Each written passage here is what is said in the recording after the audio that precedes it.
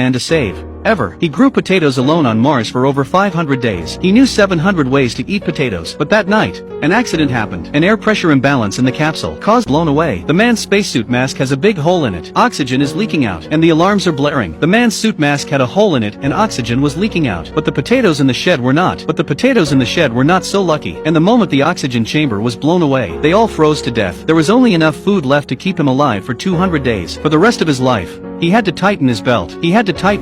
And on Earth, Space Agency is also working intensively on a rescue attempt. A rocket loaded with supplies is ready for launch. It was the furthest delivery ever made, but the courier explodes just as it lifts off. Now everyone is at their wits' end. Should he be left to fend for himself on Mars? Of course not. China got wind of the news and decided to help. They decided to help them with the Helios project to deliver supplies. And that's when a physics geek came up with a bold idea that a team of returning spacecraft to circle the edge of the Earth again, to pick up the fuel supplies that the Helios had sent up into space, and fly back to Mars. And the men would need to take a vehicle to find a way to get into Mars orbit, and dock with the team. Then they can come back together. The time it takes to get there and back requires the crew to be in space for an extra 533 days, and nothing can go wrong. Otherwise, they would all be lost. The team was already very guilty. With this plan in place, they agreed to do it without hesitation. And so it was. A Chinese rocket was successfully flown into space. The team had managed to get their fuel and supplies, and started heading for Mars at full speed. And the man didn't stay idle during this time. He started to modify the rover. He cut a big hole in the roof of the vehicle. Then he found a way to install the necessary equipment. When everything was ready, he was finally leaving the base. And today is the 461st day. It means a lot to him. He took his supplies and heads for the craft. This is his last hope. He recharges and rests on the way. He kept on going. Finally,